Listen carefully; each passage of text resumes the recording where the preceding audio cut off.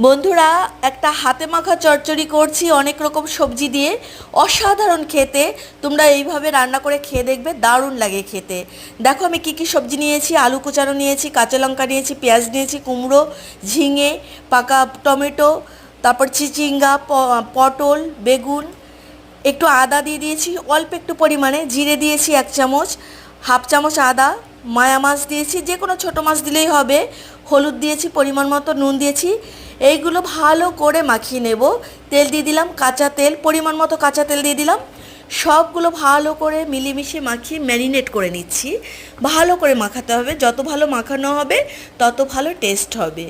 তো মাখানো হয়ে গেছে, এবার দেখো সুন্দর করে মাখিয়ে নিয়েছি। কড়াই বসিয়ে দিয়েছি, কড়াইয়ে তেল দিয়ে দেবো। দেখো সুন্দর করে মাখিয়ে নেওয়া হয়ে গেছে।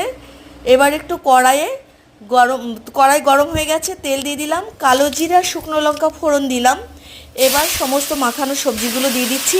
এখানে আলাদাভাবে কোনো জল দেবো না, ওই একটু প্লেট ধোয়ার জন্য মশলার প্লেটটা ধুয়ে একটু অল্প একটু জল দিলাম, কারণ এখান থেকে প্রচুর জল গলবে যখন ঢেকে দেবো।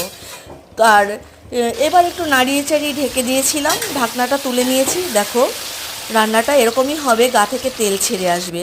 ভালো লেগে থাকলে, রান্নাটা হয়ে গেছে, ভালো লেগে থাকলে লাইক করো, কমেন্টস করো, শেয়ার করো। ভালো থেকো, ধন্যবাদ।